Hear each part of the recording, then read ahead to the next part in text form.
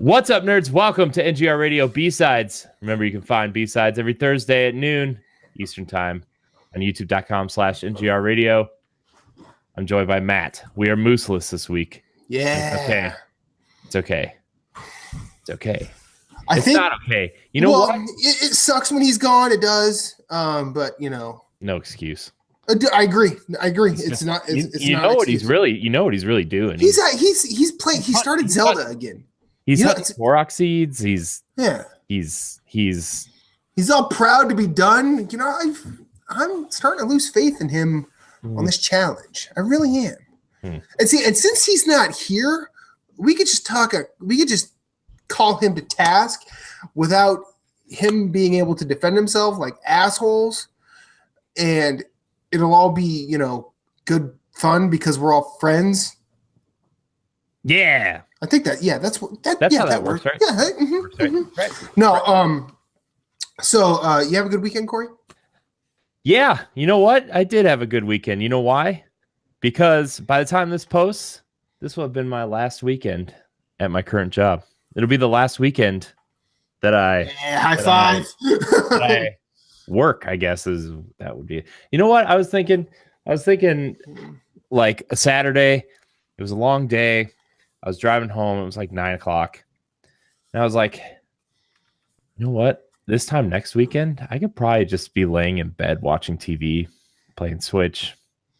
And then I was thinking, I don't have to get up at 6 a.m. next Saturday. I can sleep till 11. And then I'm like, if I sleep till 11, what am I going to do with the rest of my day? Because I was thinking about it. This next weekend is my first weekend off since like first grade because of like sports and extracurricular activities in school and camp and work. That time you had a cocaine habit? Yeah, that time.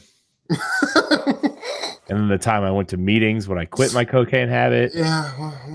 And then I got back on the cocaine habit because the meetings were boring.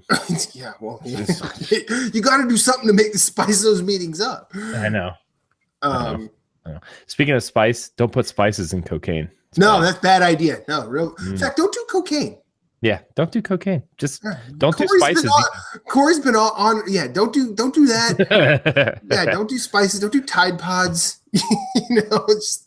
Just don't. Don't do any soap for that matter. Yeah, well, soap stays on the outside. Yeah, unless you're cleaning yourself, then it's fine. It's totally fine. True. Don't get it in your eyes either. So, this weekend for me it was more working at an urgent care center, and I look as someone who works in healthcare, I totally understand the need for speed. No. Cocaine. But I feel like there's nobody in this world has actually gone out and reinforced the idea that there's no instant cure for the common cold. There's no instant cure for pneumonia. There's no instant cure for an upper respiratory infection. And I feel like when people come into my urgent care center, like they think they're coming to McDonald's or Burger King where they can just have it their way right away. And the level of sheer stupid that walks through the door, like I'm sorry, I can't actually call people out because that's against my ethics and it's against, if I could lose my job. But I will say this, if you walk into an urgent care office and you see everybody in the waiting room asking, you think this will be longer than 15 minutes? Yeah, that's a dumb goddamn question. If I'm walking through an ER and I hear the words, how come women are never paternity tested? You are a level of stupid that is just unfathomable to me. I don't get it. I don't understand how this is just not understood. But now with like, upper respiratory infections, there's no instant cure. So if you go to an urgent care office and then you're back 2 days later because you still feel the symptoms, everything takes 3 to 5 days. There's no overnight shipping. You don't overnight stop. And more often than not, like if you have a cough or you have a sniffle, don't go to the doctor until you have a fever, because coughs and sniffles come and go. And if you start having body aches and you decide, no, I'm just going to work through it, you're an asshole. Because if you start having body aches and you might have a fever, that might be the flu. And the flu shot this year, the CDC has come out and said it was like their worst call on record. I'm seeing tons of positive flu at work, and people are like, how come you don't get sick? And then they cough in my face. And I'm like, well, first off, I don't do that. I don't cough in people's faces. And also I wash my hands and make sure I stay relatively clean. So also do that. Like, and people are like, wow, you must see a lot of, and I'm like, yeah, I see a lot of it. It's great. Except no, just go sit down. Wait your turn. Work sucks. Wait your turn. But yeah, so that was my weekend. I did get into some bullshit with our mysteriously gone co-host. Well, he's gone because it's actually not his work tonight. It's another thing, which I'm okay with. I'm not gonna call that out. I'll let that just settle. But on the Giant Bomb forums, Moose started trolling onto a post that said the Beatles were overrated, and I hate it when that shit comes up. Not only because, and you could feel free to tune out whenever you like, Corey, because we're about to get into music now. No, I'm good. I'm going to do it. I'm going to do it. I feel like there are enough objective facts and figures to prove the Beatles not being overrated. Now, defining overrated, that's like saying, well, I guess that would be like saying, like Led Zeppelin is unabashedly the greatest rock and roll band of all time. That's a bit of an overrated statement because there's nothing really to back it up. And in saying the Beatles are overrated, that doesn't mean everybody getting into music now has to like them. Because I don't think that's really what overrated means. Yeah. I have a theory. A theory. And right. I'm going to put this into terms that people that, like me aren't really into music, right? But understand. Yeah. I understand, like, the Beatles are kind of like, they're up on this pedestal for being this huge achievement. And, like, I understand that. But, like, I also view them as, like, when you're talking about sports and you're talking about some of the greatest players of all time, right? And, like, you talk about, John Stockton, you talk about Dr. J, Larry Bird, Kevin McHale, you talk about all these great players. I think you need to. I'm gonna stop you because I agree with your sports analogy. I think we should shift it to something where all of the best stuff was like older. Because Larry Bird, John Stockton, Karl Malone, the Dream Team, that's in our lifetime. We saw that. Well, I mean, like, I'm just talking like even older players, like in the 60s, 70s, and 80s that people like consider are some of the best players of all time. Could they survive in today's NBA? Like, like in basketball, how has the game changed since their time, and could they survive? But like when you're talking about music evolves so much over time that, like, how if the Beatles existed now, Mhm. how would their style change? How would their music change? How would, you know, how would time affect the Beatles? You know? Well, but see that now that's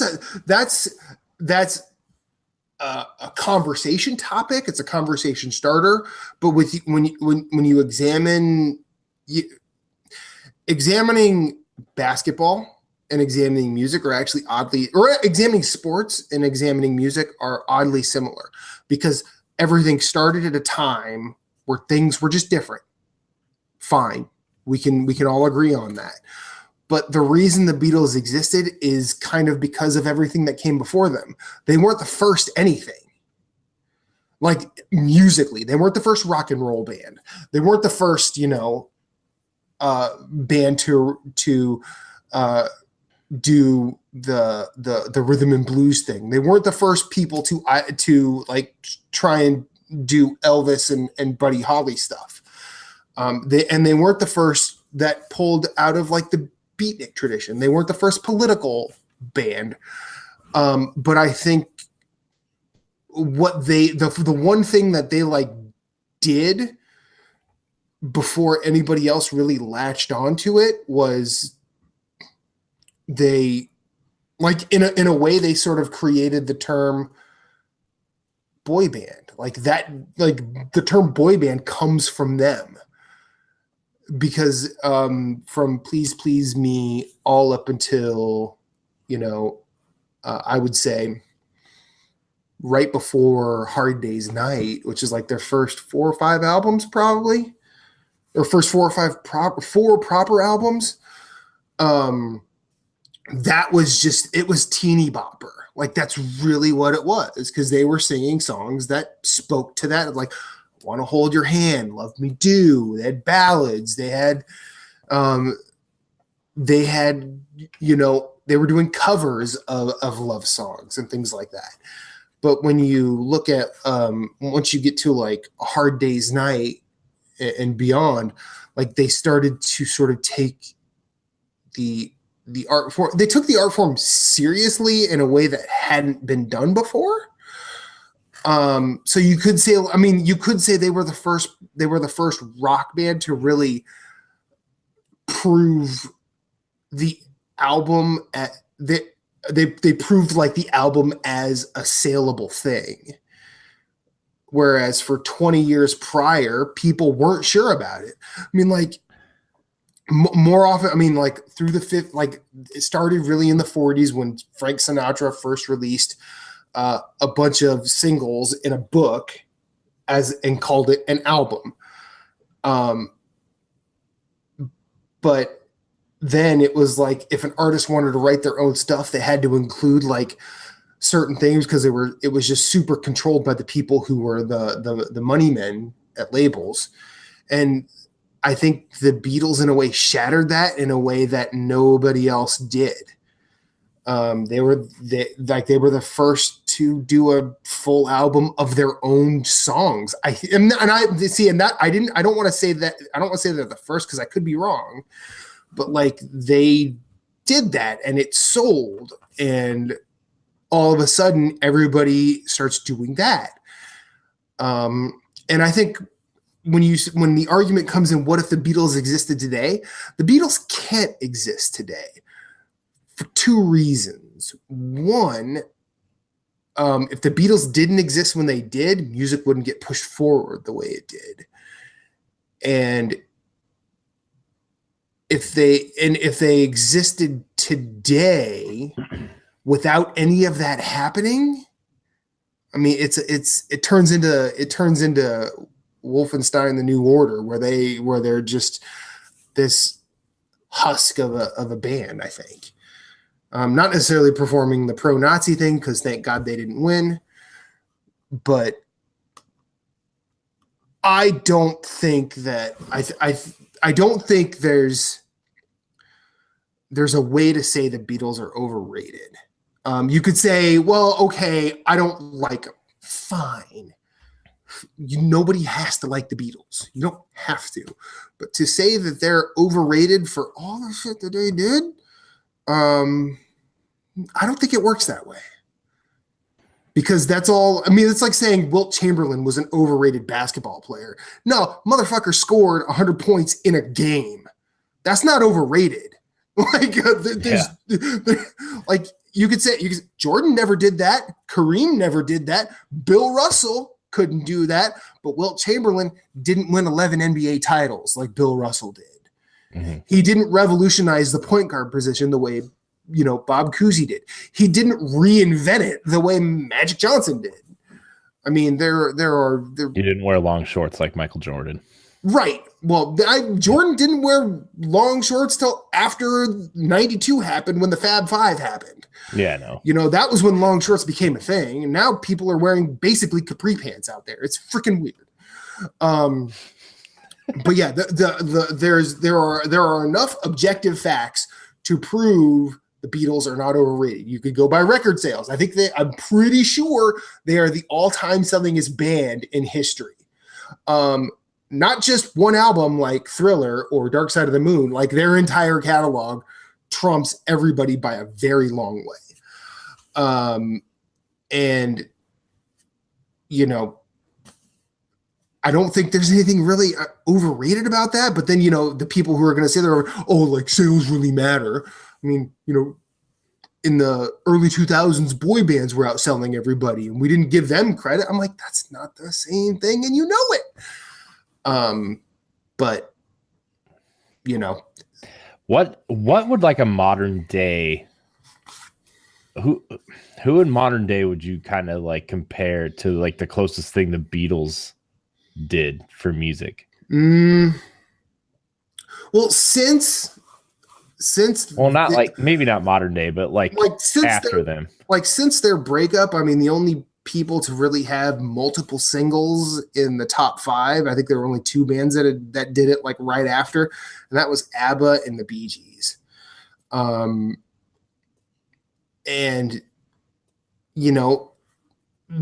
ABBA didn't really create the disco sucks thing the way the Bee Gees did. And the Bee Gees were sentenced, they were sentenced like an unwritten pop culture 15 years to life away from the spotlight because everyone said, because if you ever talked about the Bee Gees in the 80s, they're like, oh, disco sucks. Yet these are the people that are listening to like Depeche Mode and maybe even the Pet Shop Boys, which are basically doing 80s disco. But I mean, since like you have to think of like, okay, you have to think of bands that were like taking over and became like a social thing. Not just in music circles, but they had to sort of be the talking point for a wide swath of people.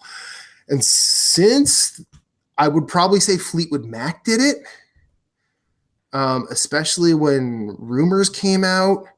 I think U2 did it when the Joshua Tree came out. I think Radiohead kind of had it for a while. And then what about and this is like, I know you're going to laugh at me because I don't know music, but this is like kind of like a serious kind of thing. Like, would it be like, do you think maybe like Justin Timberlake / NSYNC? Like, I know NSYNC wasn't like, didn't really change music, but like, I think Timberlake is closer solo than NSYNC were. That's actually look, Timberlake did the Super Bowl halftime show. You could probably lump Lady Gaga in there because she's relevant. She's now, and people talk about her from all walks of life. I think like I'm still waiting for the one like hip hopper to do it. Like nobody in hip hop really has done it. I think Kendrick is real close. I don't know if he'll actually get there. But I hear that Black Panther album is pretty good. It is. It's really good, actually. I mean, that guy is he's just ridiculous. And I see Andy Cool and Phillips in the chat. How are you both? Thanks for joining. Captain Canada chiming in. I'll just throw this out there. He loves the Beatles. Love Me Do could be used as a form of water torture. I'd break before the chorus. Yeah, I'm with you. That's a good one. And I think, and he says he thinks it's possible to consider a band overrated, but still acknowledge the impact, the success they had. But see, therein lies the contradiction. Like if it really goes back to that. Define overrated. Is it something everyone likes and you don't? That's not necessarily overrated. I feel like, how can we bring this back to video games? Like, what video games are really overrated? I think, man, that's tough. I don't. And video games are all about preference, though. Like, I don't know. Like, if you take Super Mario Brothers for example, like that game changed the way we think of video games. But is it really an amazing game now? I mean, it's a great game now. Yeah. But would you really consider it like? But see, I think that's the difference between great and important. Yeah. Well, yeah, I mean, but like playing Mario 64 now is probably wonky as all get out. I'm just trying to relate it to like the Beatles overrated argument, because like you could say like the Beatles changed the way people started doing music. Yeah. And like, but if you go back to some of their early stuff compared to some of their later stuff, like, you know. Yeah, they had to change in order for that to happen. Yeah, and I mean, Mario had to change for that to happen too. I mean, if we're trying to tie it back into video games, and like, look, we've had some of the best Mario games in the last two systems. You know, I mean, Mario Odyssey. I mean, like, it's not my favorite game, but like, it's an amazing game that, you know, a ton of people love, and it reinvented the wheel again for Mario. So. Mario, okay, I think all we figured out is that Mario is the Beatles of video games. I'm okay with that. But no, I don't think the Beatles are overrated. I think, like, are they my favorite band? No. I will go to probably 50 different artists from multiple genres before I even get to the Beatles. But to say that like with their accomplishments, I don't think they're overrated because they have the accomplishments to back it up. I mean, then you get back to, you know, who's the greatest of all time in any particular sport. Like a lot of people will say, well, a lot. I mean, like right now, like for the past couple of years, it's been who's better, LeBron or Jordan. And I feel like that's unfair because you take Bill Russell completely out of the conversation and won more titles than, you know, everyone says Brady's the greatest of all time because he's won 5 Super Bowls and nobody's done that. Well, nobody's won 11 NBA titles. You know who's the closest? It's not Jordan. It's not Magic Johnson. Not Dr. J, not LeBron. It's Robert goddamn Horry. That guy just finds his way onto every team. Yeah, like, it's fine. Yeah, Robert Horry, second greatest. Fine. I'll you know, if we're going based on rings. Yep. I mean, you went from the Bulls to the Spurs, then the Lakers. He started on the Rockets, ended up on the Bulls when they won. Like, I think his rookie year he was a Rocket, I think, and then he was on with Akeem Olajuwon. Yeah, it was like before he won a title. Oh my gosh! But then and people clown on Horry. He wasn't a bad player. I mean, like he was a role player. Was he? If it was just him on the court and 4 other people, probably not going to get the job done. But he could play a role in a system. Yeah. But yeah, like, I mean, and let's get it back to reality here. There are plenty of people that come into the greatest of all time conversation that never won a title before you get to Robert Horry. It's true. Guy has, but coming from Philadelphia, where a lot of people are talking about, Brady is the greatest of all time. I'm like, nah. I'm pretty sure if you want to go by just rings, you can't really argue. But like, look at other players that have gone to Super Bowls and like been pretty flawless, like Joe Montana. Like, never threw a pick in the Super Bowl. What about? I mean, like, not that he's like the greatest, but look at Dan Marino. Like, yeah, one of the best players of our time, never even won a Super Bowl. I mean, there's probably no better passer of the ball. like I would put him as one of the best quarterbacks ever before I'd get to Brady. Mm-hmm. But again, I'm not super knowledgeable about football, but I know. Oh, thank you, Deshaun. Yeah, Betty Davis is my shit. Deshaun Malone, Betty Davis. Matt, you steal my heart, sir. Well, I like good music. What can I say? But yeah, no, there's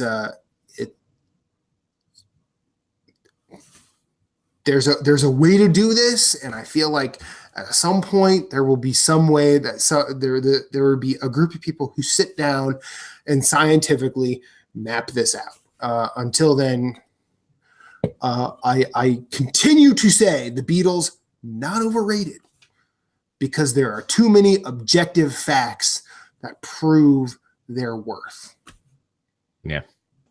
I mean, like that's like someone going into a jazz conversation saying Miles Davis is overrated. No. Nobody did what he did, except maybe Louis Armstrong. So if you want to say he's overrated compared to Louis Armstrong, fine. Louis Armstrong basically codified jazz 100 years ago. And there are some of his recordings that are still essential listening for anybody getting into learning about music. But what did Andy just say? You're pretty good at what, Andy Cool? I don't know what you're saying. But yeah, there is a way to do this, and we one day it will be ironed out. And maybe also, there should be a website that makes lists or something. No, because those people no, because then it's gonna be, hey, remember those 90s shows that are gonna make you feel old? That's the list you're gonna get from them. It sounds like a BuzzFeed article. Yeah, exactly. So last thing I'll say before we just end the B-side, Fergie performed the national anthem at the All-Star game this weekend. Worst national anthem performance ever, and I think she was worse than Roseanne Barr's. Not because Roseanne Barr did a good job. She did a shitty job. But I think Roseanne Barr leaned into her singing the national anthem in a way that nobody else really could. I mean, it's Roseanne singing the national anthem. I mean, what do you want from that? When in the late 80s, early 90s, when someone decided, hey, we should have Roseanne sing the national anthem at the World Series, someone had to be like, this is going to be dumb. And I'm pretty sure Roseanne, as a pretty successful comedian at that point, was like, this is going to be pretty dumb.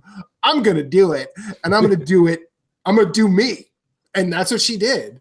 And Fergie, as someone who is successful in music, for better or worse, should know whether or not she belongs singing that song. And I don't really think she did. I mean, when you have players on the court openly laughing, like Draymond Green, like, it's like, I could see if this were an NFL game, I could see Kaepernick kneeling, not because he's disrespecting the flag, not because he's like, just let this stop.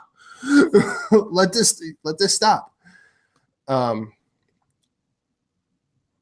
then Deshaun Malone, Fergie was bad, dude. Steph Curry be like, what? That head shake? Fergie, you suck. You ruined the Black Eyed Peas. They had 2 great albums, then you showed up. And forever they will be.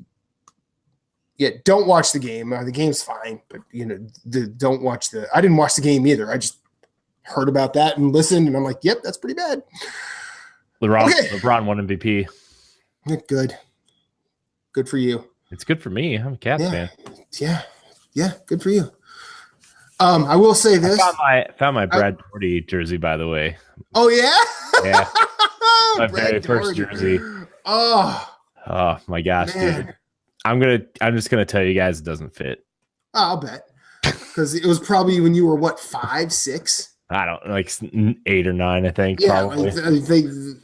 I like that Cavs team under Lenny Wilkins was a really cool thing because they were probably the last team to like go pretty far in the playoffs, just doing straight fundamental basketball,